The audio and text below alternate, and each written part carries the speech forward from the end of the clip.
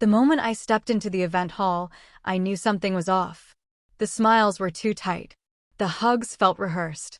This was supposed to be a family celebration, one of those gatherings where people pretend old wounds never existed. But tension clung to the air like static before a storm. I hadn't wanted to come. Deep down, I already knew this family only remembered me when they needed an audience. Still, I showed up. I always did. That mistake would cost me more than I expected. The room buzzed with laughter, clinking glasses, and loud conversations that stopped for half a second whenever I walked past. Not long enough to be obvious. Just long enough to be deliberate. I caught my aunt whispering to my cousin, both of them glancing my way before smiling again like nothing happened. I took a seat near the back, trying to blend into the background. That was my role in this family. Invisible when convenient. Useful when needed. Disposable when bored. Dinner was announced, and everyone moved toward the long tables. Names were written on small cards, placed carefully. Mine sat at the very end, tucked beside the service door. A subtle message. You are here, but not really welcome. As plates were served, the comments started. Quiet at first. Jokes disguised as concern. Remarks wrapped in laughter. Someone mentioned how brave it was of me to show up. Another joked about how some people never really amount to much, but still expect respect. Laughter followed. Not everyone joined in, but no one stopped it either. I kept my head down, hands clenched under the table. I had learned long ago that reacting only fed them. Silence was survival. But silence also made them bolder. Then one of my relatives stood up, tapping a glass to get everyone's attention. The room hushed. Smiles spread. This was no accident. This was planned. They began talking about family values, about knowing your place, about how not everyone earns the same seat at the table. Each word felt aimed directly at me, even though my name was never said. Eyes turned in my direction. That was the moment I realized this wasn't just humiliation. This was a line being crossed. Publicly. Deliberately. And what they didn't know yet was this. That night was not the end of my story. It was the beginning of theirs. I felt the weight of every stare pressing into my skin, but I refused to look away. The relative who had taken control of the room continued speaking, pacing slowly like they owned the space. Their voice carried confidence built on years of never being challenged. Each sentence landed with a smirk, each pause inviting laughter. People nodded along. Some looked uncomfortable, but discomfort had never stopped this family before. Silence was their favorite form of agreement. When the speech finally ended, applause broke out. Polite at first, then louder. I noticed how carefully no one looked at me while clapping. It was as if acknowledging my presence would make the cruelty real.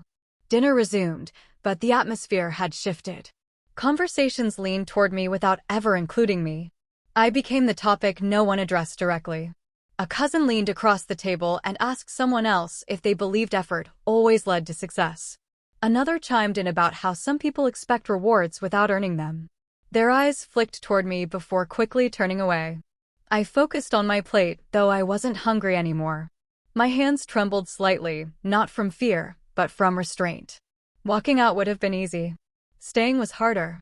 And for the first time, I chose the harder option. Then came the toast. My uncle stood up, glass raised high, and spoke about tradition. About how this family had standards. About how success was visible, measurable, undeniable. He laughed and said it was obvious who had done something with their life and who was still figuring things out. This time, the laughter was louder. Something inside me shifted. Not anger. Not sadness. Clarity. I finally understood why they needed me here. This event was not about celebration. It was about contrast. I was the example. The warning. The quiet reminder of what they believed failure looked like. That was when I noticed him. He had arrived late, slipping into an empty seat near the center of the room. He didn't laugh. He didn't whisper. He watched. Calm. Focused. Out of place in a way that didn't beg for attention but commanded it. When my uncle finished, the man leaned forward slightly. He didn't interrupt. He didn't react. But his gaze landed on me, steady and assessing, like he was connecting dots no one else could see. A server approached his table, whispering something. The man nodded once. Then he glanced back at me. For reasons I couldn't explain, the room felt different. Like something irreversible had just been set in motion. And whatever was coming next, my family was completely unprepared for it. The conversation slowly returned, but the volume stayed lower, almost cautious. It was as if the room sensed a shift it couldn't explain. I could still feel the burn of humiliation, but beneath it, something sharper was forming. Awareness. The man near the center table hadn't looked away. Not once. While everyone else drowned themselves in chatter and wine, he studied the room like a chessboard. When my aunt laughed too loudly at another thinly veiled insult, his jaw tightened. When my cousin leaned back and smirked in my direction, his eyes followed the movement. I told myself it meant nothing. Strangers didn't intervene in family drama. People with power didn't notice people like me. That belief had been drilled into me for years. Then dessert was announced. Plates were cleared, lights dimmed slightly, and attention shifted toward the small stage at the front of the hall. A slideshow began playing on a large screen. Photos of family milestones. Weddings. Graduations. Promotions. Every image celebrated success. I waited for my name. It never came. Instead, a photo appeared of me from years ago. Old. Unflattering. Taken at my lowest point. Someone had dug deep for it. Laughter rippled across the room before anyone even tried to hide it. My chest tightened. This was no longer passive humiliation. This was execution. A voice from the microphone joked about how everyone needed a reminder of where they started. About how not all stories had happy endings. The room reacted exactly as expected. Except for one person. The man stood up. The sound of his chair scraping against the floor cut through the laughter like a blade. Conversations died instantly. Even the person at the microphone hesitated, confused. The man didn't speak yet. He adjusted his jacket slowly, deliberately. Then he looked toward the stage. His expression was calm, but there was no warmth in it. The silence stretched. Uncomfortable. Heavy. Someone near me whispered his name. I didn't catch it, but the tone changed. Respect replaced amusement. Nervous respect. The man finally spoke, asking a simple question. Who approved this presentation? No humor. No anger. Just control. The person holding the microphone stammered something about family tradition. About jokes. About bonding. The man nodded once. Then his eyes shifted to me again. In that moment, I felt something I hadn't felt all night. Not pity. Recognition. Whatever my family thought they were doing, they had just drawn the attention of the wrong person. And the night was far from over. The man stepped closer to the stage, and with every step, the confidence in the room drained away. My relatives, who moments ago had been laughing freely, now shifted in their seats. Smiles faded. Eyes searched for reassurance that no longer existed. He reached the microphone but did not touch it. He didn't need to. His presence alone had taken control of the room. He asked again who approved the presentation. This time, no one laughed. No one joked. A few people glanced toward my uncle, then quickly looked away. Responsibility became a dangerous thing to claim. My uncle cleared his throat and stood, forcing a smile that didn't reach his eyes. He said it was harmless fun.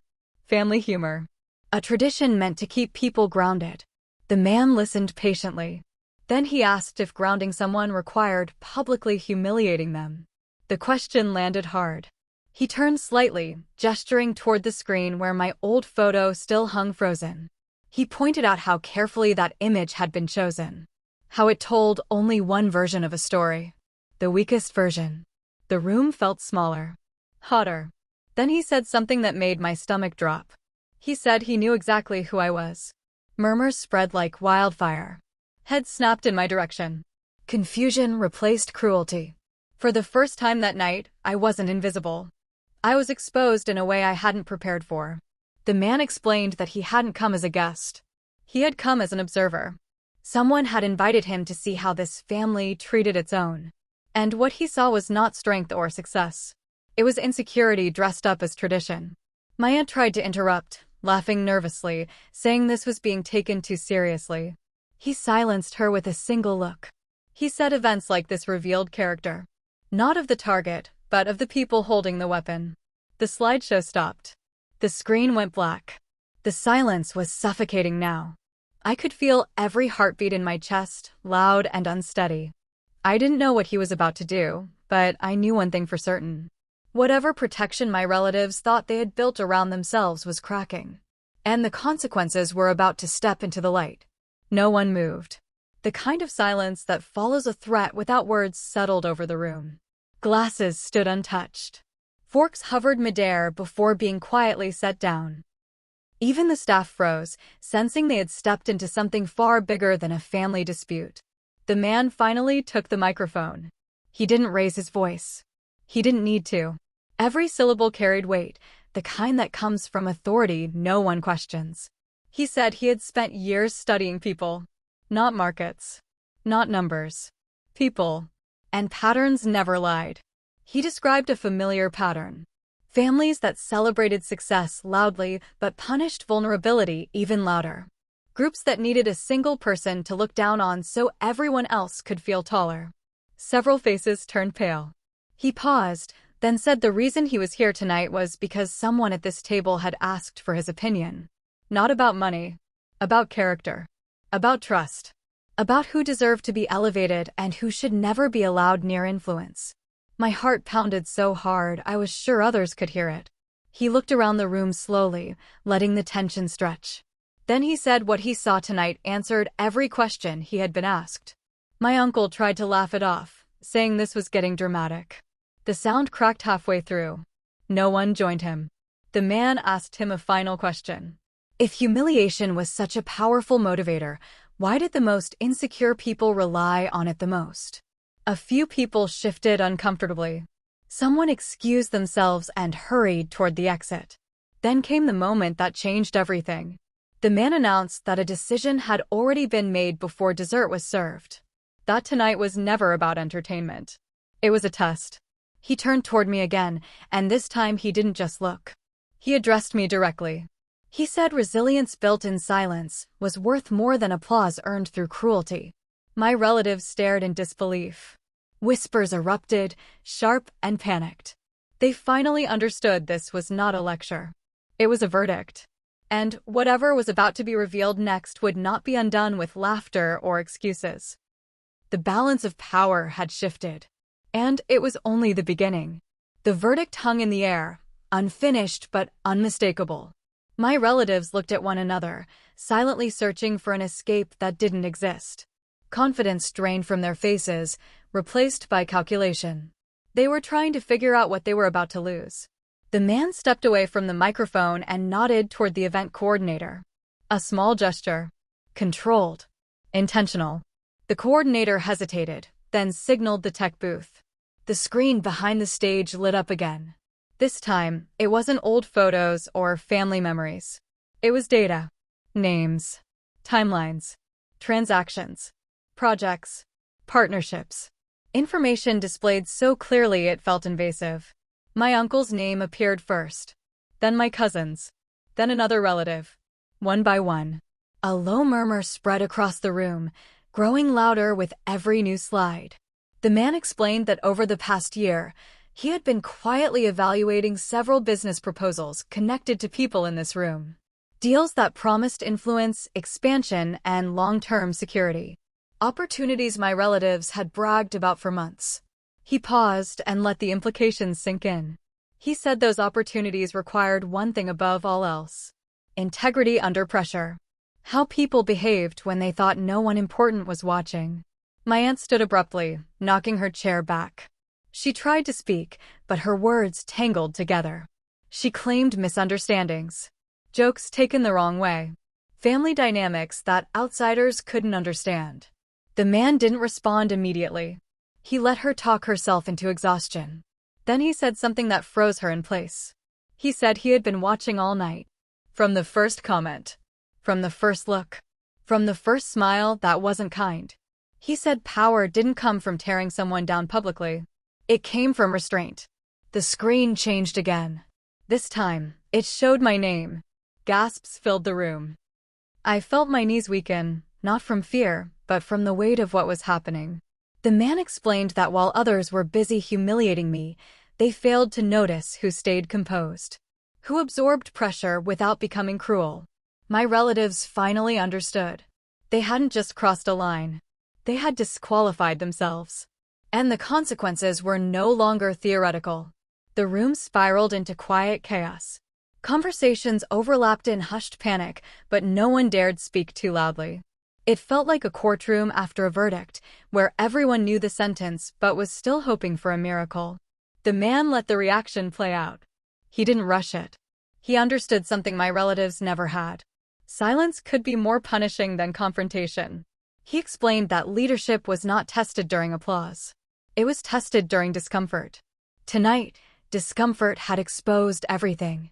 The envy, the entitlement, the habit of disguising cruelty as tradition. My uncle tried to regain control, standing again with stiff posture and forced authority. He argued that one evening should not define years of effort, that family mistakes should stay within family walls. The man replied calmly that family was not an excuse. It was a responsibility. And responsibilities, once broken, carried consequences. He gestured toward the screen again, now displaying upcoming ventures scheduled to launch within months. Ventures my relatives had built their future around. He said those plans depended on trust. Trust that no longer existed. Faces drained of color. My cousin sat back down slowly, hands trembling. Someone whispered my name, not with mockery this time, but with disbelief. The man turned to me once more.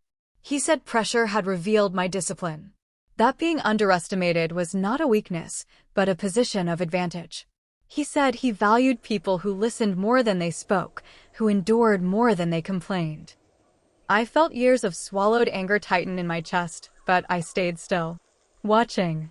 The man announced that changes would be effective immediately. Partnerships would be reconsidered. Roles reassigned. Influence redistributed. Panic sharpened into fear. My relatives realized this was not humiliation. This was dismantling. And the most painful truth was settling in. They were not losing because of me. They were losing because of who they had chosen to be. The final outcome was now inevitable. And it would be revealed very soon. The evening ended without applause, without celebration, and without the laughter that once filled the room. People left in silence, coats pulled on with shaking hands, conversations cut short by the weight of realization. What had been planned as a night of control had turned into a moment of exposure. The man thanked the host briefly and walked away as if nothing extraordinary had happened. But the damage he left behind was irreversible. Phone screens lit up across the room as notifications began to arrive. Meetings canceled. Calls unanswered. Promises quietly withdrawn. My relatives stood frozen, watching their future unravel in real time. No one looked at me the same way anymore. The jokes were gone. The careless confidence had vanished. For the first time, they understood the cost of crossing lines they believed were invisible. My uncle tried to approach me near the exit. His voice was softer now, stripped of authority. He spoke about misunderstandings and family unity. I listened without responding. Some apologies arrived too late to matter. Outside, the night air felt lighter. Not because I had one, but because I no longer needed approval from people who thrived on diminishing others. The power they held over me had dissolved quietly, completely. In the days that followed, the family gatherings changed. Invitations grew cautious. Conversations became careful. The people who once controlled the narrative now avoided it altogether. What happened that night became unspoken history. A lesson no one wanted to revisit, yet no one could forget. They had crossed a line thinking there would be no consequences. They were wrong. The unbelievable part was never the revenge. It was the silence that followed. And the respect that finally arrived when fear could no longer protect them. Subscribe if you like this story and share it with someone who truly needs to watch this story. See you in the next one.